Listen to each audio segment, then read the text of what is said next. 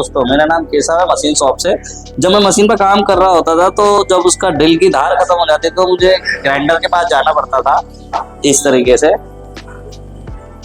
और ड्रिल पर धार लगाने से जब मैं लगाने जाता तो मुझे याद आता था कि मेरा चश्मा वहाँ ही रह गया है या फिर तो मुझे दोबारा जाना पड़ता था। या ऐसे ही मेरे साथ था, वैसे ही मेरे साथियों के साथ था कि ना मैं चश्मा भूल जाते थे कई बार, तो उन्हें बार बार जाना पड़ता था, जिससे हमारा एक्स्ट्रा मोशन रेटिना पड़ जाता था।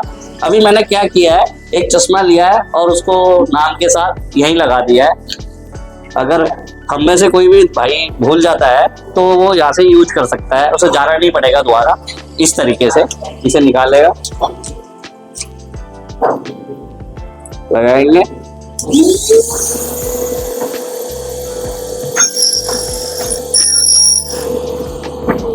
इस तरीके से धार लगा सकता है, उसे दोबारा जाना नहीं पड़ेगा। सेफ्टी के मैं सब यही रख दिए है इस वजह से। इससे मेरा जो एक्स्ट्रा मोशन था वो खत्म हो गया है, वेटिंग टाइम है वो खत्म हो गया है और मशीन के पास ही हो गया है, एक हाथ की दूरी पर। Thank you.